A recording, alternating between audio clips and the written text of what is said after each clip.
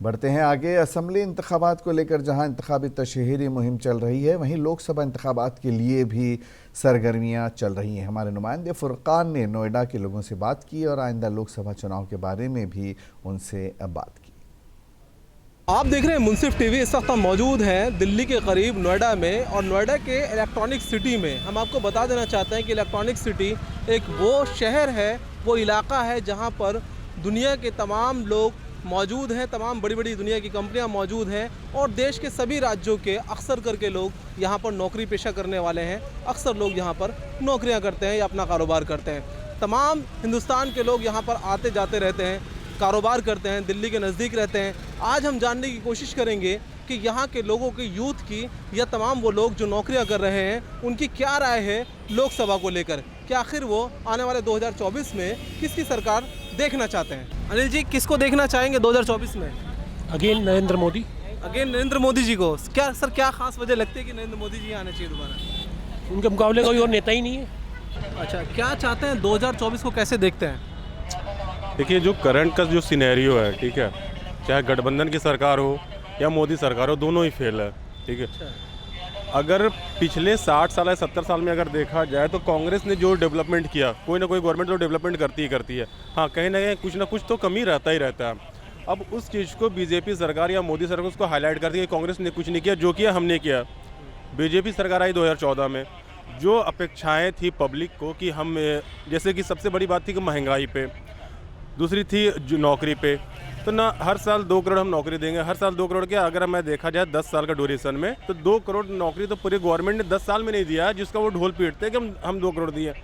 Last election जब हुआ था यूपी में विधानसभा में, तो ये कहा गया था कि हमने 10 लाख नौकरी दिया। भैया, उसका 10 लाख का डाटा दिखाओ, कहाँ पे नौकरी दिया, किसको दिया?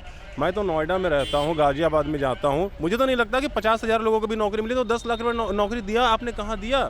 ठीक है। अब अगर विदेश नीति पे अगर काम किया जाए तो चलो ठीक है, विदेश नीति पे तो काम कर रहे हो, लेकिन पहले घर को तो मजबूत करो।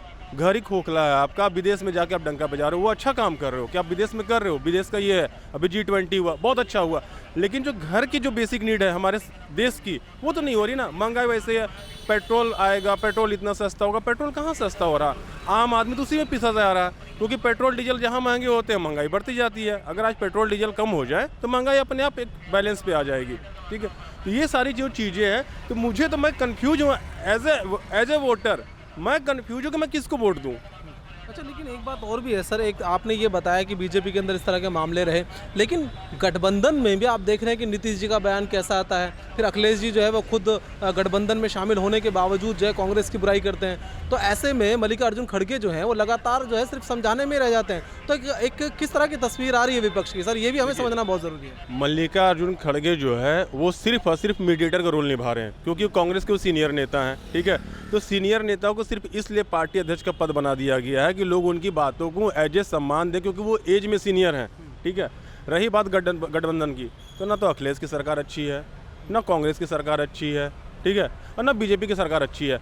कोई 19 है, कोई 20 है, 19 वाला 20 पे उंगली उठाता है, 20 वाला 19 पे उंगली उठाता है, दोनों ये कर रहे हैं। एज ए करंट सिनेरियो, आज बिहार में नीतीश कुमार जनता दल यूनाइटेड जो है बीजेपी के साथ गठबंधन में थी। इनका मामला नहीं पूरा हुआ कि नहीं भैया मेरे को तो नहीं मिल रहा हलवा खाने के लिए, तो हमने हाथ हटा लिया। तो जो नीतीश कुमार बोलते थे कि हम लालू यादव के साथ सरकार नहीं बनाएंगे, आज उनके साथ सरकार बना रहे हैं। तो यहाँ जो करंट सिनेरियो जो दिख रहा है ना, बस सिर्फ यही दिख रहा है कि इनको किसी तरह सत्ता हासिल करना है, हिंदू मुसलमान करवाना है, नौकरी नहीं है, कुछ भी नहीं है। ठीक है। सबसे बड़ा डेवलपमेंट नहीं है। बिहार में क्या डेवलपमेंट हुआ है आज तक? बिहार से झारखंड अलग हुआ, मैं झारखंड का रहने वाला हूँ, क्या डेवलपमेंट हुआ वहाँ पे? सड़कें बन गई, तो सड़कें तो बेसिक नीड होती है। एक गवर्नमेंट कहती है कि हम स्कूल खोल दिए, स्कूल, सड़क, बिजली, ये बेसिक नीड होती है किसी भी गवर्नमेंट की।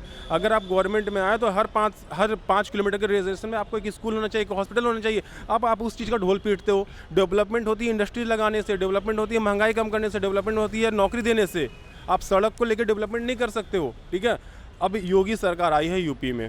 ठीक है। क्या होता है यहाँ पर? एक ही चीज़ जब से मैं देख रहा हूँ 5 साल से, जय श्री राम, जय श्री राम, जय श्री राम। भैया, नौकरी की कोई बात ही नहीं उठता है। इलेक्शन होती है, जय श्री राम, हम मंदिर वहीं बनाएंगे, अयोध्या में मंदिर। अरे भैया ठीक है, मंदिर बनाओ, ये आस्था की चीज़ है, बहुत अच्छी बात है, आप बना रहे हो, लेकिन मंदिर बनाने के लिए जो आदमी मंदिर में जाएंगे पूजा करने के लिए, उनके पेट में रोटी भी तो होनी चाहिए।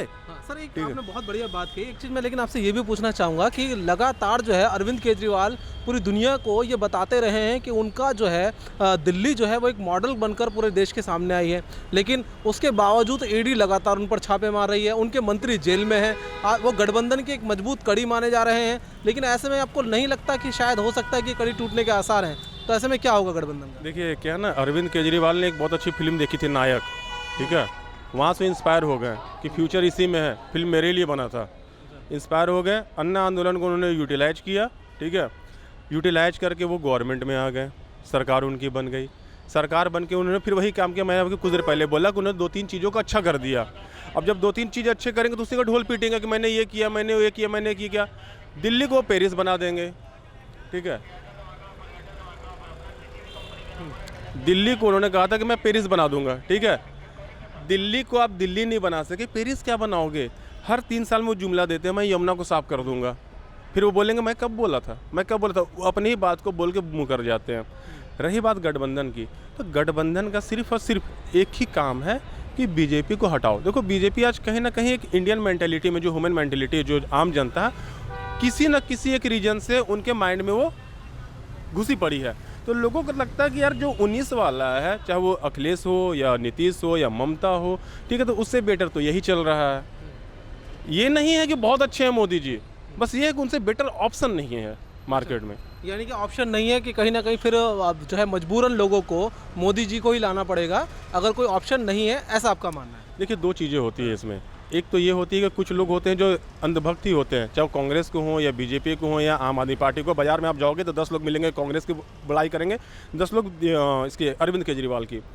एज ए ह्यूमन और एज ए आप मतलब क्या कहते हैं उसको, भारत की जनता, अगर आप अभी ऑप्शन देखते हैं ना, तो अभी आपको कोई नहीं दिखता कि कोई बेटर है, तो थोड़ा मच बेटर लगता है मोदी जी। रही बात अगला इलेक्शन की, तो इलेक्शन का क्या है ना, हवा का रुख कब बदल जाता है कोई नहीं पता कि कब रुख बदल जाए। नहीं, लेकिन लगातार जो है गठबंधन ने बहुत बड़े बड़े वादे कर दिए हैं पब्लिक से कि अभी आपने देखा कि गठबंधन की कर्नाटक में सरकार बनी और सरकार बनते के साथ ही वहाँ की बसें फ्री कर दी महिलाओं के लिए, वहाँ का जो है 200 यूनिट कर दिया। तो तमाम जो अभी 1-2 राज्य कांग्रेस के पास आए हैं, कांग्रेस ने उसमें साबित करके दिखाया है कि हम लोकसभा में ऐसा करेंगे। तो क्या उम्मीदें लग रही है कि अगर कांग्रेस की सरकार आएगी या इन वादों पर कांग्रेस की सरकार या गठबंधन की सरकार बन पाएगी? देखिए मैं एक चीज़ को इसलिए बोलना चाहूँगा, अरविंद केजरीवाल जब दिल्ली आने वाले तो उन्होंने एक लॉलीपॉप दिया था, फ्री का, लोगों को चाहिए फ्री का, ठीक है। कांग्रेस ने सोचा कि चलो वहाँ भी एक लॉलीपॉप दे के देखते हैं, क्या पता, ठीक है। अब आप जब वो लॉलीपॉप देते हैं, जैसे कांग्रेस की गवर्नमेंट जो है अगर लॉलीपॉप दे रही है, वो बिजली का या बस का या वटेवर जो भी वो फ्री दे रही है, वो कहाँ से वसूल रही है, उसकी भरपाई कहाँ से कर रही है? दूसरी चीज़ों पर टैक्स बढ़ा दे रही है जो पब्लिक को दिख नहीं रहा। एक रिक्शा चलाने वाला आदमी भी अगर बिस्किट खाता है, मैगी खाता है, साबुन लगाता है, तो उसमें भी टैक्स पे कर रहा, अरे करोड़ रुपए वाला भी टैक्स पे कर रहा। तो यहाँ का चीज़ों को वहाँ पे दिखा दिया इनडायरेक्टली कि हम तो आपको फ्री कर दिए, लेकिन वो दूसरे जगह से उसको भरपाई कर रहा, वो अपनी जेब से तो नहीं दे रही। चाहे कांग्रेस की गवर्नमेंट है, कोई भी गवर्नमेंट अपनी जेब से तो नहीं दे रही है, तो कहीं ना कहीं से भरपाई कर रही है, लेकिन लोगों को दिखता नहीं है। जो दिख रहा है वो फ्री का दिख रहा, जो ये नहीं दिख रहा कि वो कहाँ से पैसे में आ रहा है, हमारे जेब से हमें हल्का कर रही है, दूसरे चीज़ों में सरचार्ज लगाकर, वो चीज़ें नहीं देख रही है। तो अब कांग्रेस ने वहाँ पे तो एक ऑप्शन दे दिया, उनके लगा कि सरकार बन गई, तो अब उनको ये लग रहा कि हो सकता है कि लोकसभा चुनाव भी मैं ये लॉलीपॉप दूँ, और ये भी हो सकता है कि समझदार लोग हो जो उनके बहकावे में ना आए, और ये भी हो सकता है कि भैया लोग फ्री के चक्कर में उनको वोट भी दे दे। कुछ ना कुछ तो अगर 100 लोग को अगर बोलेंगे तो 5 लोगों के तो माइंड में आएगा, 5% अगर वोट पड़ेगा तो कम से कम सरकार ना बना पाएँ। 5% का तो वोट इजाफा तो हुआ, तो न्यूज़ में तो ये आएगा डिबेट में कि देखिए हमारा वोट बैंक तो इतना बढ़ गया जी, हम हार गए तो क्या हमारा वोट बैंक देखिए हमारा 35% था 40% हो गया। तो यही सिनेरियो चल रहा है करंट रेशियो में। एक देश को जो सरकार चाहिए था जो हर चीज़ पे लड़े, आप विदेश वाले मोर्चे पे लड़ रहे हो, बहुत अच्छा कर रहे हो। मोदी जी कहते हैं कि जीडीपी हमने बढ़ा दिया। भैया जो पहले गिरा हुआ था 2014 में, उसका आप रेशियो क्यों नहीं दिखाते हो? जब बढ़ जाता है तो आप आके पब्लिकली डिबेट करने लगते हो, जब कम रहता है तो बोलते हो कांग्रेस ने किया। मतलब कि यार कि सब चीज़ जो है तुमने किया। तो देखो कहानी क्या है ना, कांग्रेस वाला ठिकरा फोड़ता है बीजेपी पे, बीजेपी वाला ठिकरा फोड़ते हो कांग्रेस पे। कुछ मुद्दा नहीं बनता है तो राम मंदिर, जय श्री राम, ये कर दो वो कर दो। पब्लिक जो है किसी न किसी को वोट देती ही देती है। किसी के माइंड में कांग्रेस है, बस वोट देना है, जिसका वोट परसेंट ज़्यादा बढ़ गया सरकार वो बन गई, आम आदमी इसी तरह परेशान होते रहेगा, और जो 70 साल से हो रहा है और नेक्स्ट 70 साल होते ही रहेगा। चलिए, बहुत बहुत शुक्रिया, आपने बहुत कीमती राय दी।